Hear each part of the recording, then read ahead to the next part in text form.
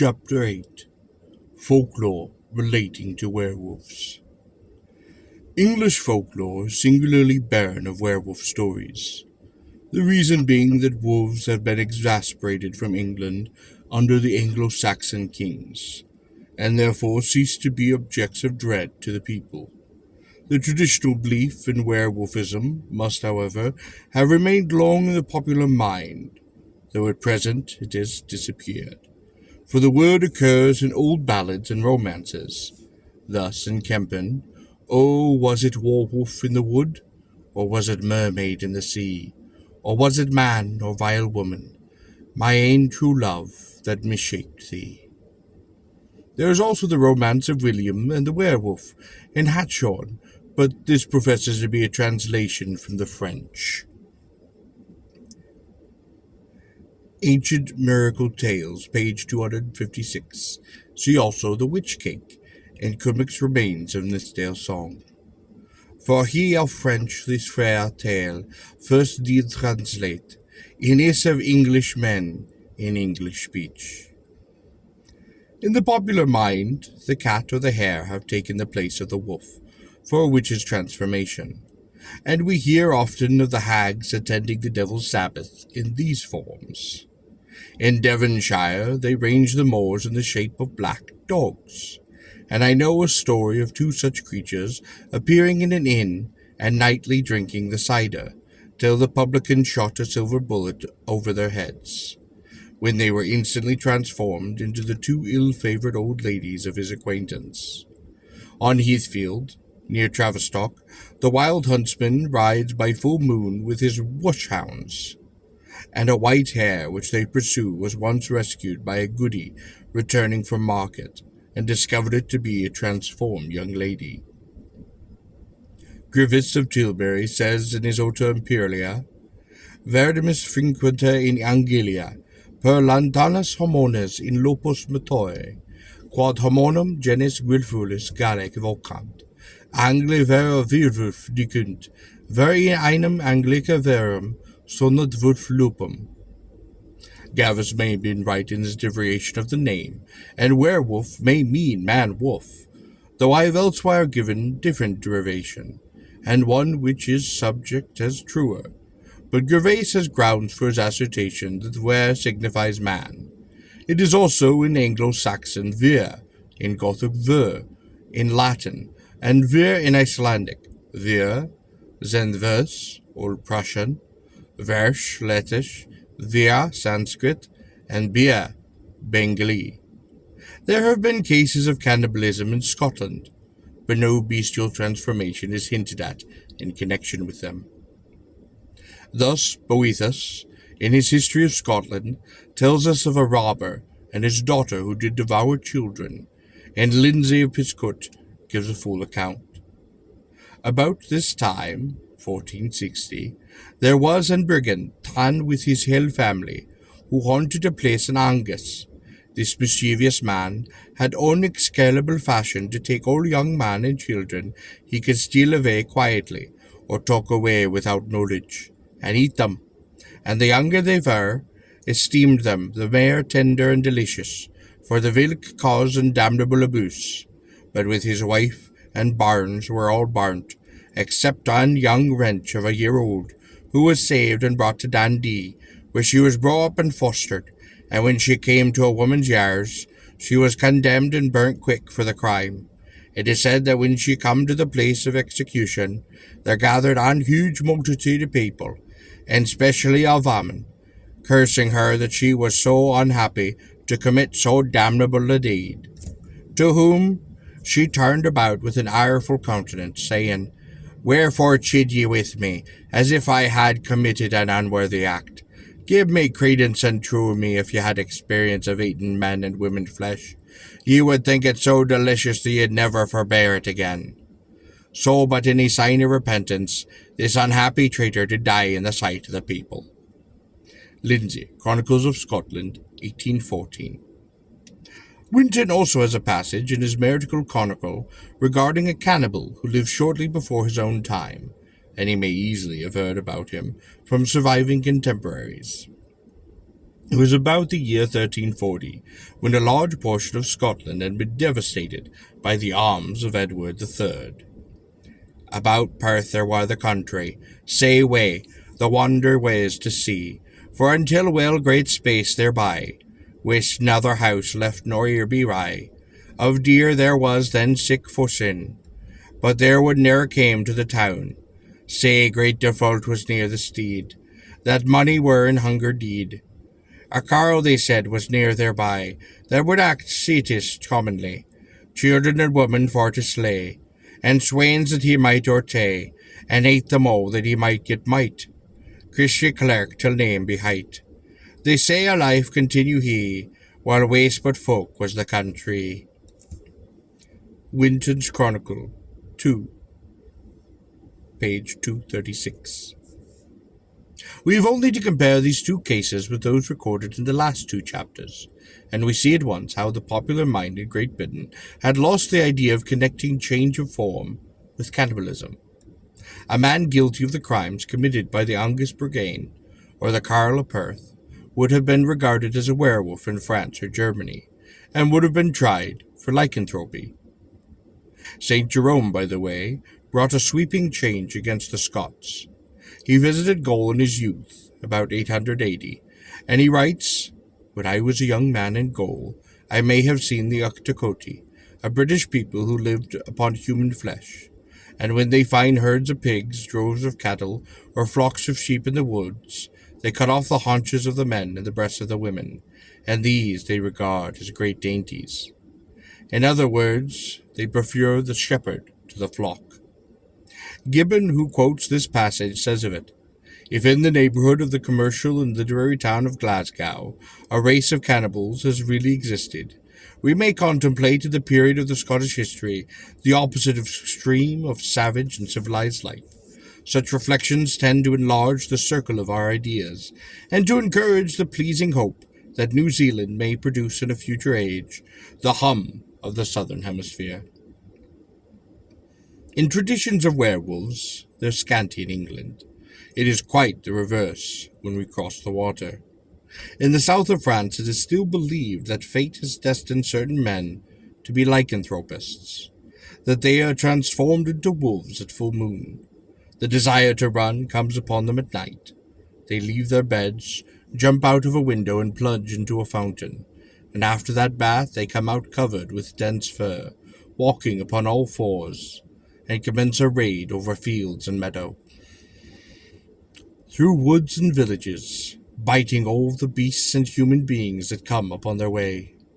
At the approach of dawn they return to the spring, plunge into it, and lose their furry skin, and regain their deserted beds. Sometimes the loup-garou is said to appear under the form of a white dog, or to be loaded with chains.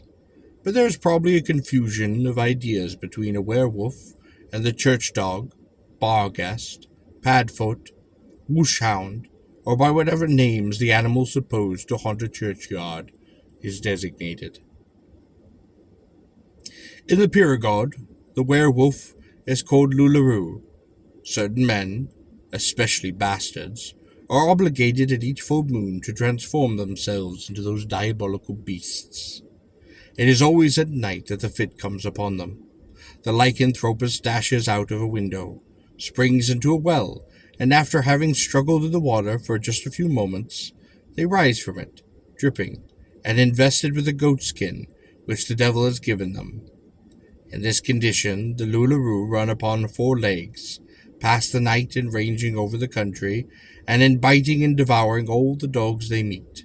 At break of day, they lay aside their goat skins and return home. Often they are ill in conscience of having eaten tough old hounds, and they vomit up their undigested paws. One great nuisance to them is the fact that they may be wounded or killed in their loup-garou state. With the first effusion of blood, their diabolic covering vanishes, and they are recognized, to the disgrace of their families. A werewolf may easily be detected, even when devoid of skin, for his hands are broad, his fingers short, and there are always some hairs in the hollow of his hand. In Normandy, those who are doomed to be loup-garou clothe themselves every evening with a skin called their hir or hu, which is a loan from the devil. When they run in their transformed state, the evil one accompanies them and scourges them at the foot of every cross they pass. The only way in which a werewolf can be liberated from the cruel bondage is by stabbing him 3 times in the forehead with a knife. However, some people less addicted to allopathetic treatment consider that 3 drops of blood drawn by a needle should also be sufficient to procure a release. According to an opinion of the vulgar in the same province, the loup-garou is sometimes a metamorphosis forced upon the body of a damned person, who, after having been tormented upon his grave, has torn his way out of it.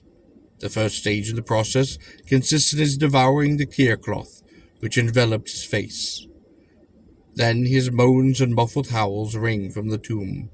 Through the gloom of night, the earth of the grave begins to heave, and at last, with a scream, surrounded by a phosphorescent glare, and exhaling a putrid odor, he bursts away as a wolf. In VIII, they attribute to sorcerers the power of metamorphosizing certain men into beasts, but the form of a dog is the principle affected by them. In Norway it is believed that there are persons who can assume the form of a wolf or a bear, husbjorn, and again resume their own. This property is either imparted to them by the trollmen, or those possessing it themselves are trolls. In a hamlet in the midst of a forest, there dwelt a cottage named Lasse, and his wife. One day he went out in the forest to fell a tree, but he forgot to cross himself and say his paternote. So the same troll or wolf witch, Vargamor, obtained power over him, and transformed him into a wolf. His wife did mourn him for many years, but one Christmas Eve there came a beggar woman, very poor and ragged, to the door, and the good woman of the house took her in, and fed her well, and entreated her kindly. And upon her departure the beggar woman said that the wife would probably see her husband again, as he was not dead, but was wandering in the forest as a wolf. Towards nightfall the wife went to the pantry to place in it a piece of meat for the morrow, when, on turning to go out, she perceived a wolf standing before her, raising itself with its paws upon the pantry steps, and regarding her with sorrowful and hungry look. Seeing this, she exclaimed, "If I were sure that thou wert my own lassie, I would give thee a bit of meat." And at the instant the wolf's skin fell off, and her husband stood before her in the clothes he wore upon that unlucky morning when she had last beheld him. Finns, Lapps, and Russians are held in particular aversion, because the Swedes believe that they have the power to change people into wild beasts. During the last day of the war with Russia, when Kalmar was overthrown with an unusual number of wolves, it was generally said that the Russians had transformed their Swedish prisoners into wolves and sent them home to invest the country. In Denmark, the following stories are told. A man, who from childhood had been a werewolf, when returned one night with his wife from a merrymaking, observed that the hour was at hand when the evil usually came upon him. Giving therefore the reins to his wife, he descended from the vehicle, saying to her, "If anything comes to thee, only strike at it with thine apron." He then withdrew, and immediately after the woman, as she was sitting upon the vehicle, was attacked by a werewolf. She did as the man had enjoined her, and struck it with her apron, from which it had riveted a portion, and then ran away. After some time the man returned, holding in his mouth the rent portion of the wife's apron, upon reading which she cried in terror, "Good Lord, man, why thou art a werewolf." "Thank thee, wife," said he, "now I am free," and from that time he was no more afflicted. If a female at midnight stretches between 4 sticks the membrane which envelops the foal when it is brought forth, and creeps through it naked, she will bear children without pain. But all the boys will be werewolves, and all the girls Maras. By day the werewolf has the human form, though he may be unknown by the meeting of his eyebrows above the nose. At a certain time of the night he has the form of a dog upon 3 legs. It is only when another person tells him that he is a werewolf, or reproaches him for being such, that a man can be freed from the ban. According to a Danish popular song, a hero transformed by his stepmother into a bear fights with a knight. For it is she who hath bewitched me, a woman false and fell. Bound an iron girdle round me. If thou canst break this belt, knight, I'll thee destroy. The noble made the Christian sign. The girdle snapped, the bear was changed, and he who was a lusty knight his father's realm regained. The Kjampjevse, page 147.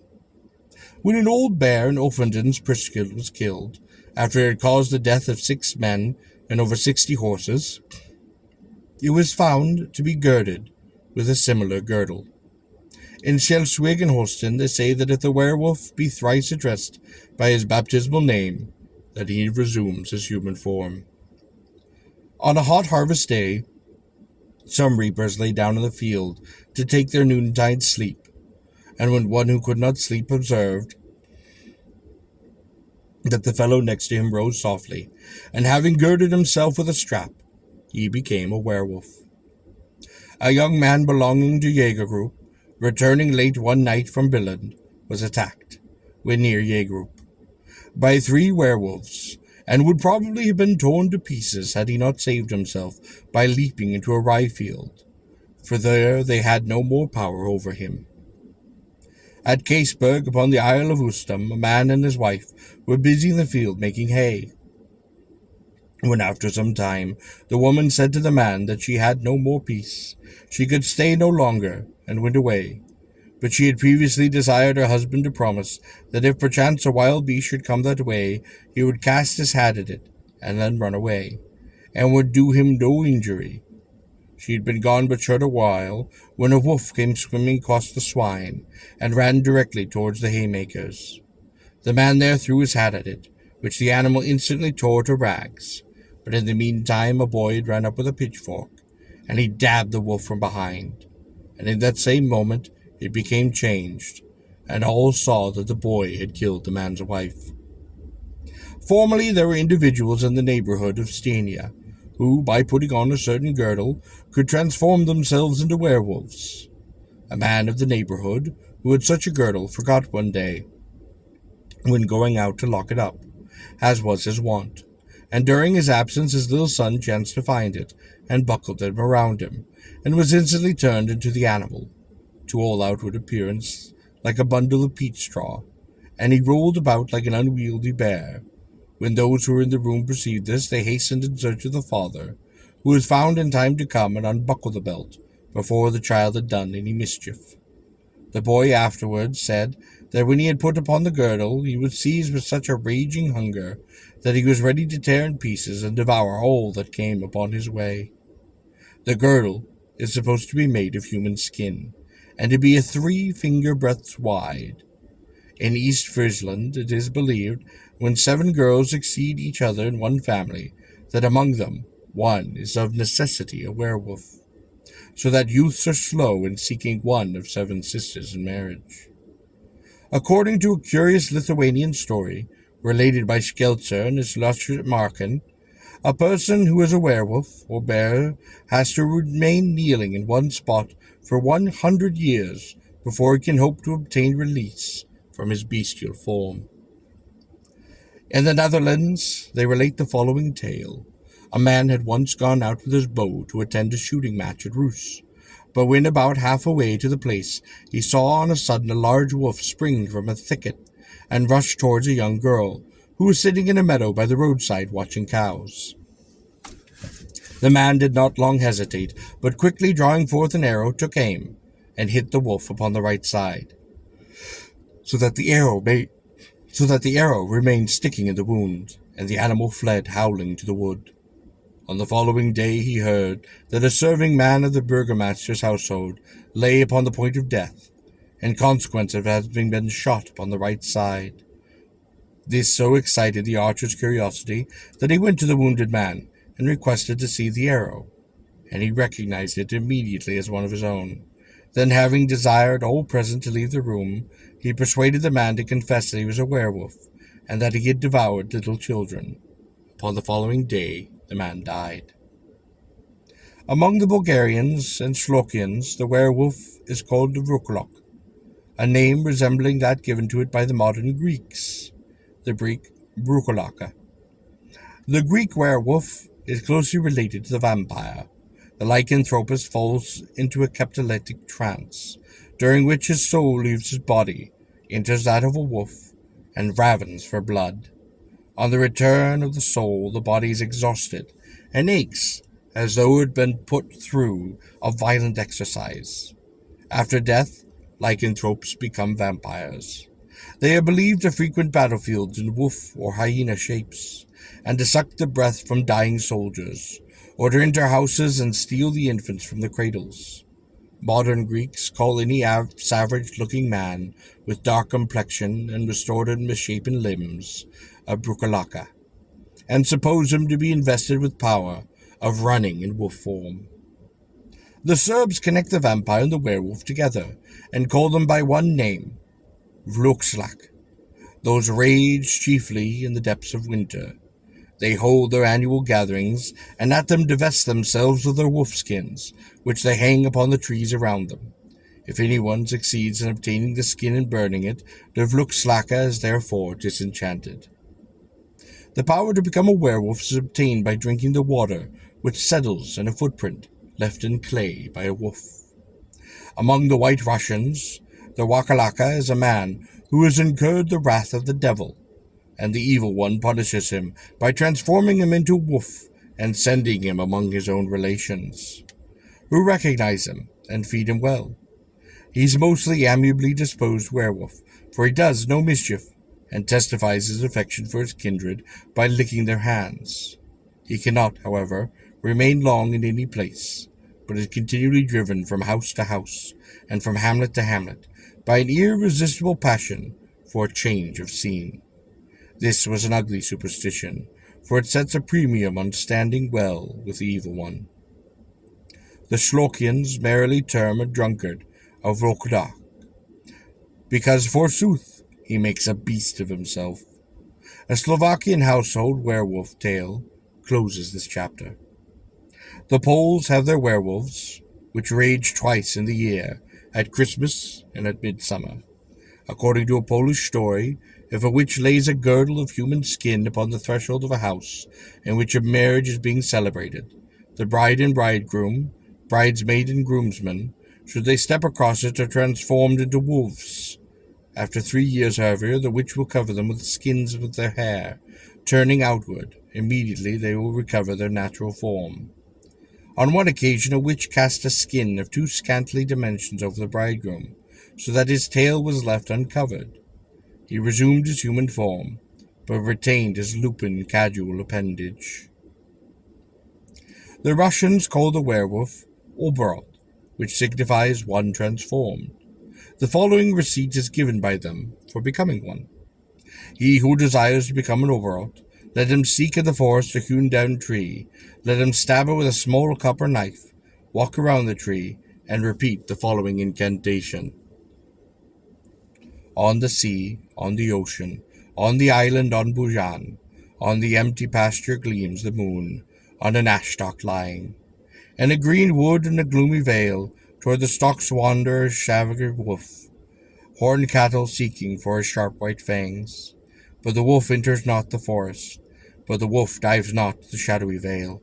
Moon, moon, gold-horned moon, check the light of bullets, burnt the hunter's knives, break the shepherd's cudgels, and cast wild fear upon all cattle, on men and all creeping things, that they may not catch the grey wolf, that they might not rend his warm skin. My word is binding, more binding than sleep, more binding than the promise of a hero. Then he must spring twice over the 3, and run into the forest, transformed into a wolf. Sakharov, England, 1838, number 17. In the ancient Bohemian lexicon of Vakarad, written in 1202, the werewolf is called vlodlak, and is explained as a faunus. Safrak says under the head, Incubi sep impora, extiant malarius et erum, purgant cancubum, quas demones gale dissus, non complunt. And in another place, Viculoci incubi, sive invedi ab invidium, passim cum admirabales, undet incubae decante ab inculium hormones, stupendo, quas Romane furnius ferpios dicant.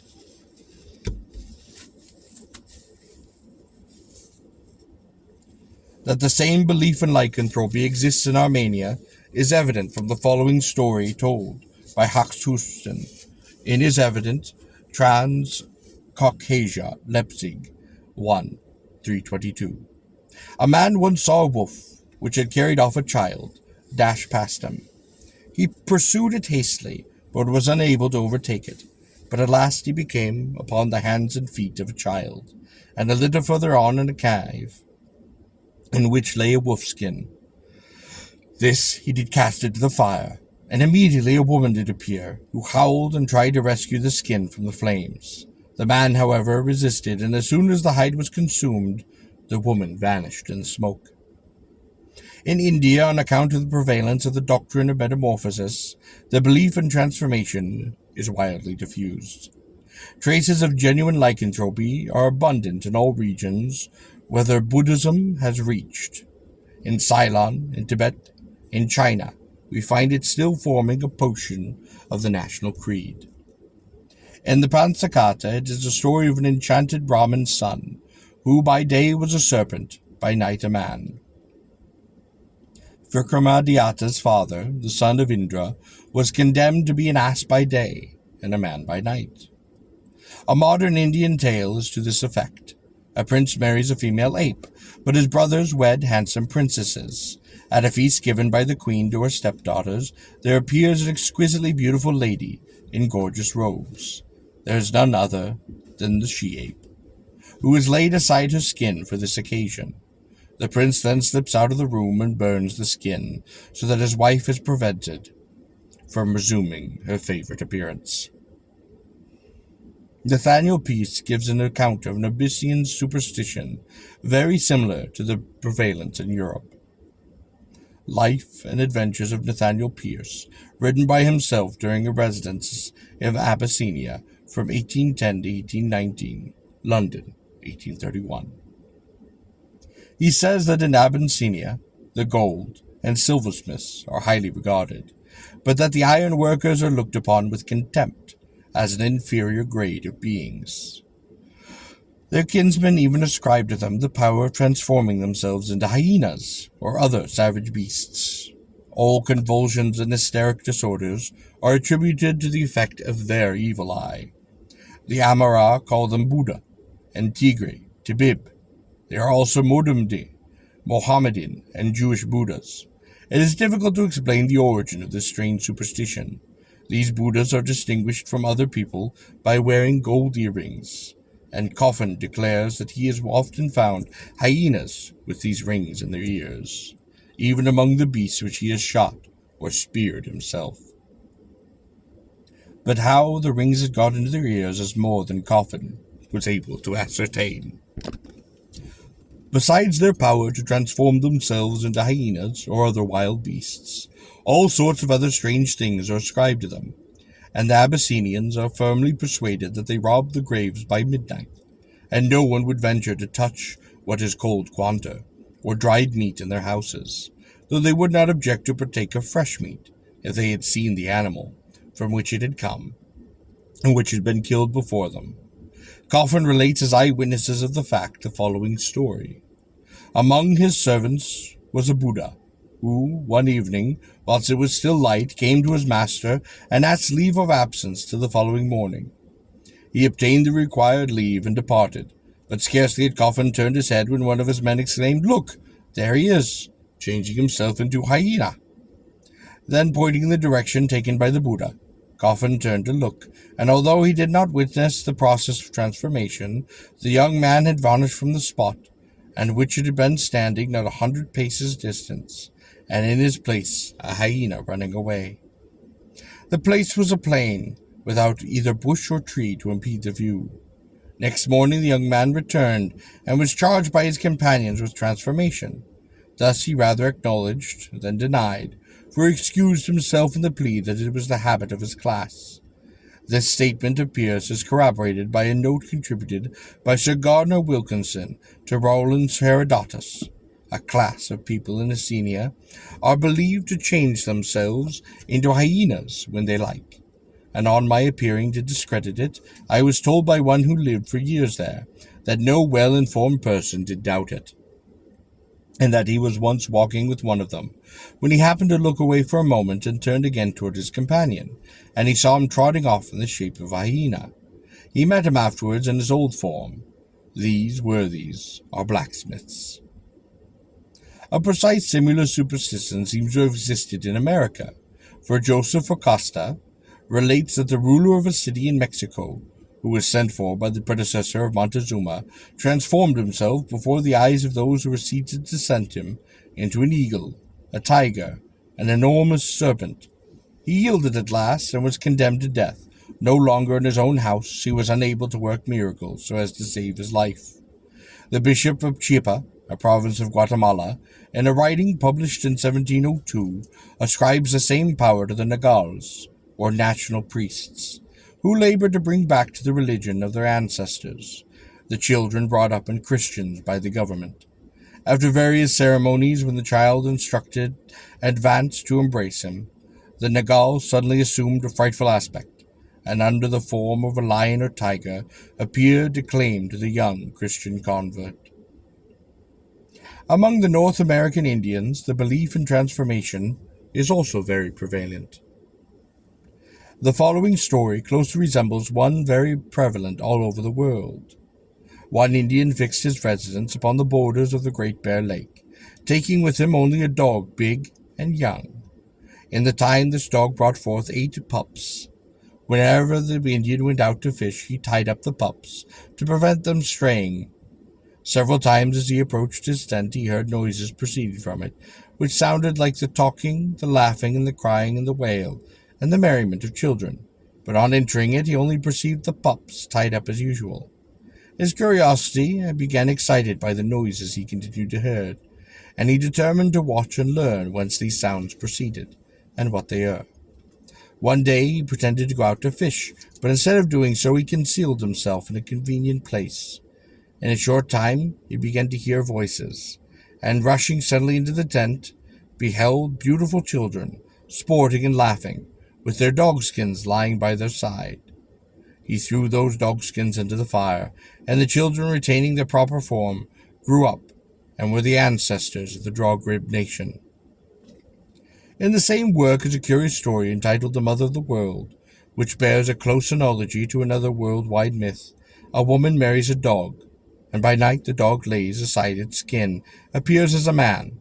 This may be compared with the tale of Bjorn and Bear already given. I shall close this chapter with Slovakian household tale, given by T.T. Hanush in the 3rd volume of Zeitschrift für die Mythologie, The Daughter of the Vloklak. There was once a father who had 9 daughters, and they were all marriageable, but the youngest was the most beautiful. The father was a werewolf.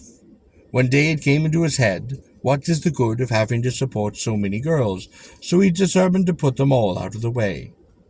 He went accordingly into the forest to hew wood, and he ordered his daughters to let out one of them to bring him his dinner. It was the eldest who brought it. "Why, how come you so early with the food?" asked the woodcutter. "Truly, father, I wish to strengthen you, lest you should fall upon us famished." "A good lass. Sit down while I eat." He ate, and while he ate he thought of a scheme, and he rose and said, "My girl, come, I will show you a pit I have been digging." "What is the pit for?" "Oh, that we may be buried in it when we die, for poor folk will not be cared for much after they are dead and gone." So the girl went him to the side of the deep pit. "Now here," said the werewolf, "you must die, and be cast in there." She begged for her life, but in vain, so he laid hold of her and cast her into the grave. Then he took a great stone, and flung it upon her, and did crush her head. So the poor thing breathed out her soul. When the werewolf had done this, he went back to his work, and as dusk came on, the second daughter arrived, bringing him his food. He told her of the pit, and brought her to it, casting her in, and killed her as the first. And so he dealt with all the girls up to the last.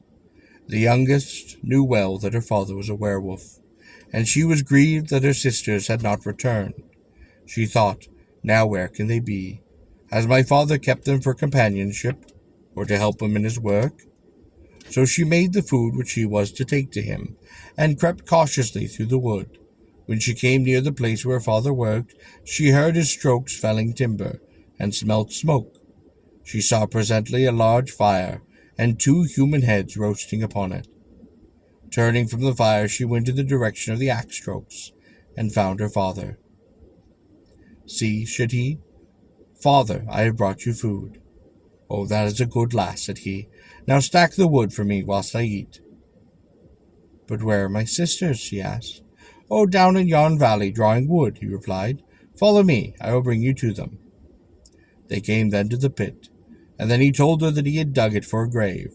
Now, said he, you must die, and be cast into the pit with your sisters.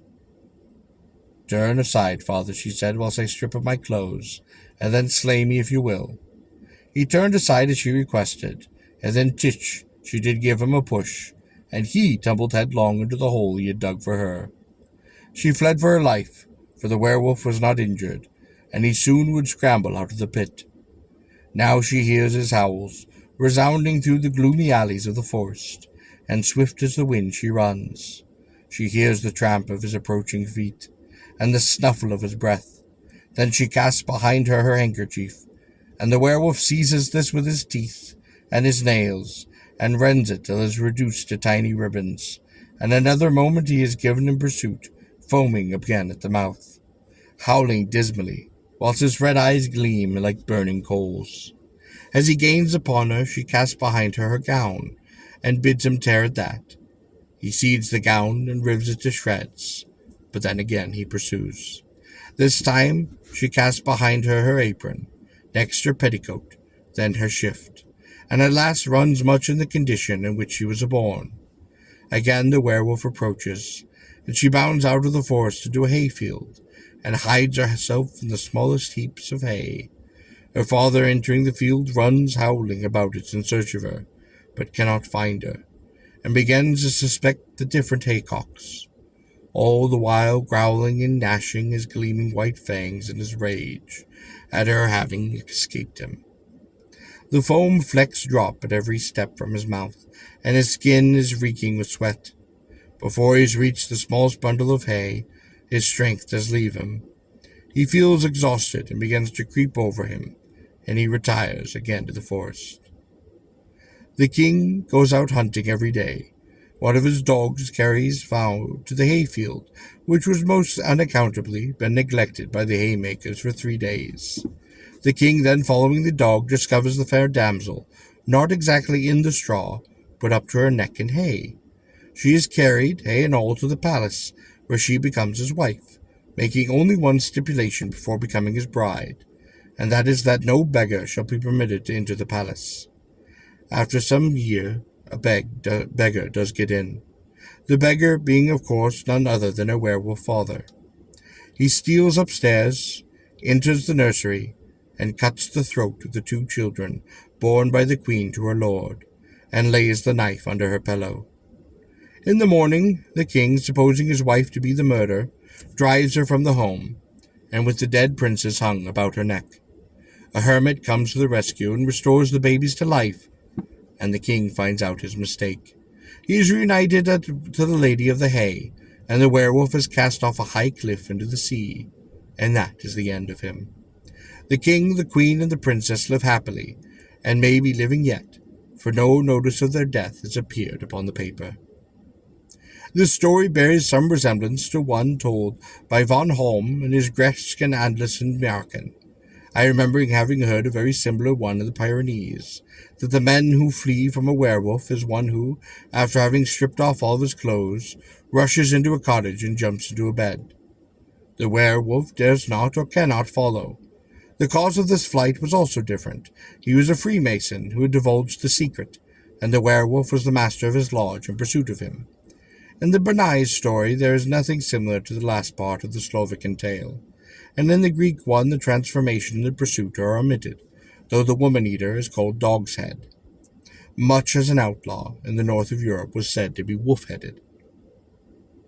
It is worthy of notice in the tale of the daughter of the Ugluk that the werewolf fit is followed by great exhaustion, and that the wolf is given clothes to tear, much as the Danish stories already related. There does not seem to be any indication of his having changed his shape. At least, no change is mentioned. His hands were spoken of, and he swears and curses his daughters in broad Slovakian. The fit very closely resembles that to which Skallgrim, the Icelander, was subject. It is a pity that the maid Brock in the Icelandic tale did not fall upon her legs, like the young lady in the hay. Compare this with the exhaustion following a berserker fit, and that which succeeded the attacks to which M. Breton was subject.